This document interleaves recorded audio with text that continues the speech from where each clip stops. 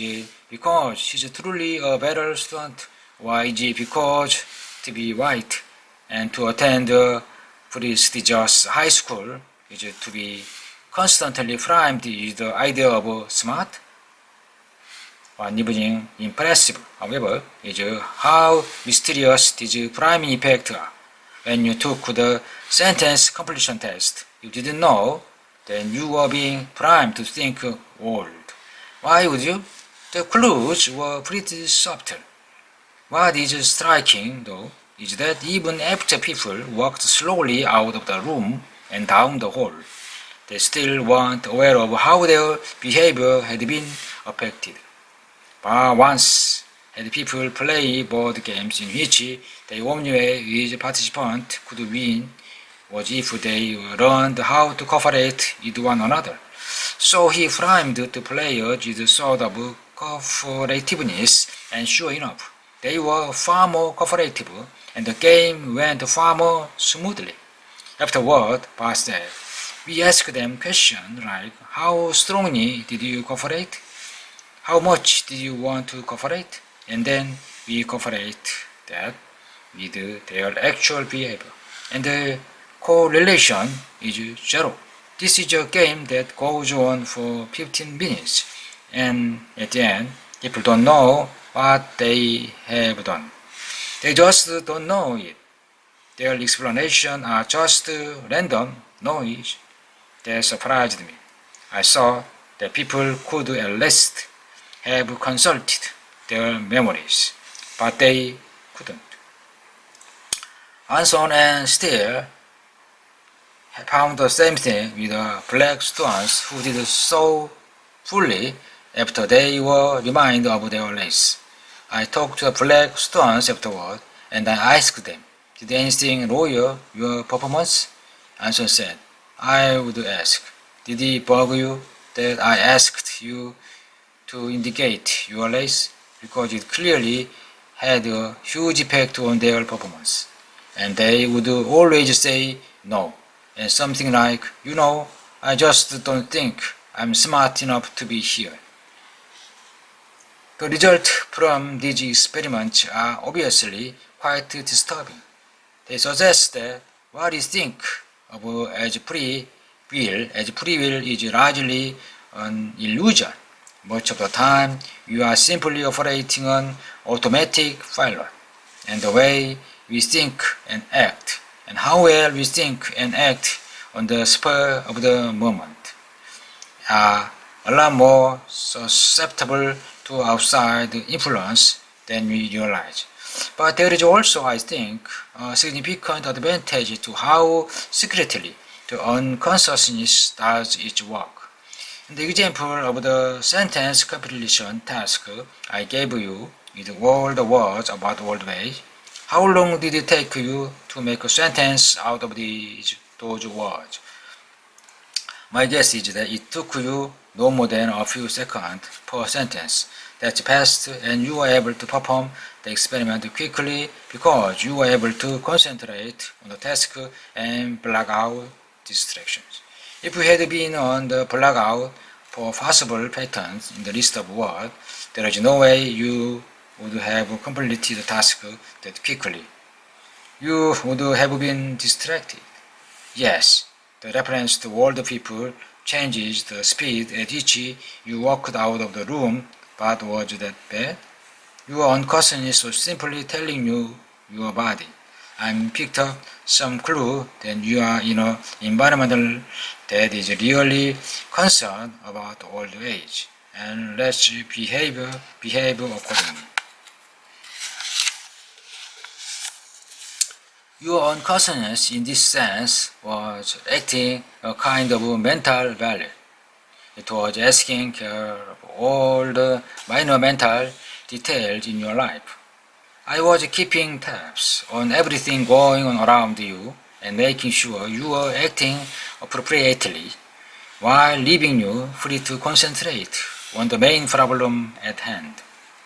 The team that created the Iowa gambling experiment was headed by the neurologist Antonio Damasio, and Damasio group had done some fascinating research on just what happened when too much of our thinking takes place outside the locked door. 다마시오 student patient with damage to a small but critical part of brain called the ventromedial prefrontal cortex, which lies behind the nose. The ventromedial area plays a critical role in decision making. It works out contingencies and relations and sorts through the mountain of information we get from the outside world, prioritizing it and putting flags on things that demand our immediate attention. People damaged to their ventromedial area are perfectly rational. They can highly intelligent and functional, but they lack judgment. More precisely, they don't have that mental ballet in their unconsciousness that frees them up to concentrate on what really matters. In his book, Descartes' Error, Tamisho describes trying to set up an appointment with a patient and this kind of brain damage. I suggest two alternative dates, both in the coming months and just a few days apart from each other. The patient pulled out the appointment book and began consulting the calendar. The behavior that ensued, which was witnessed by several investigators, was remarkable. For the better part of the half hour, the patient enumerated reason for and against each of the 2 dates: previous engagement, proximity to other engagement, possible meteorological conditions, virtually anything that one could think about concerning a simple date. He was walking us through a tiresome cost-benefit analysis, the endless outline and the fruitless comparison of options and possible consequences. It took enormous discipline to listen to all of this witness, this without pounding on the table and telling him to stop. Damasho and his team also gave the gambler test to their ventromedial patient. Most of the patients, just like the rest of us, eventually figured out the red deck or a problem. But at no time did the ventromedial patient ever get a prickling of sweat on their palm. Or no time did they get a hunch of the blue deck were preferable to the red card. And no time, not even after they had figured the game out, did the patient adjust their strategy to stay away from the problem card. They knew intelligently what was right, but their knowledge wasn't enough to change the way they played the game. It's like drug addiction, said Austin Bachara, one of the researchers on the Iowa team. Addicts can articulate very well the consequences of their behavior, but they fail to act accordingly. That's because of a brain problem. That's what you were putting our finger on. Damage in the ventromedial area causes a disconnect between what you know and what you do. What the patient lacked was the ballet silently pushing them in the right direction, adding the little emotional extra, the prickling of the palm, to make sure they did the right things.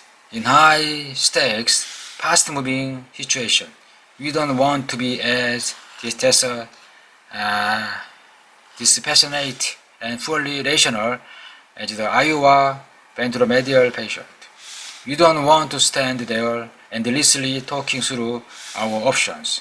Sometimes you are better off if the mind behind the locked door makes our decision for us.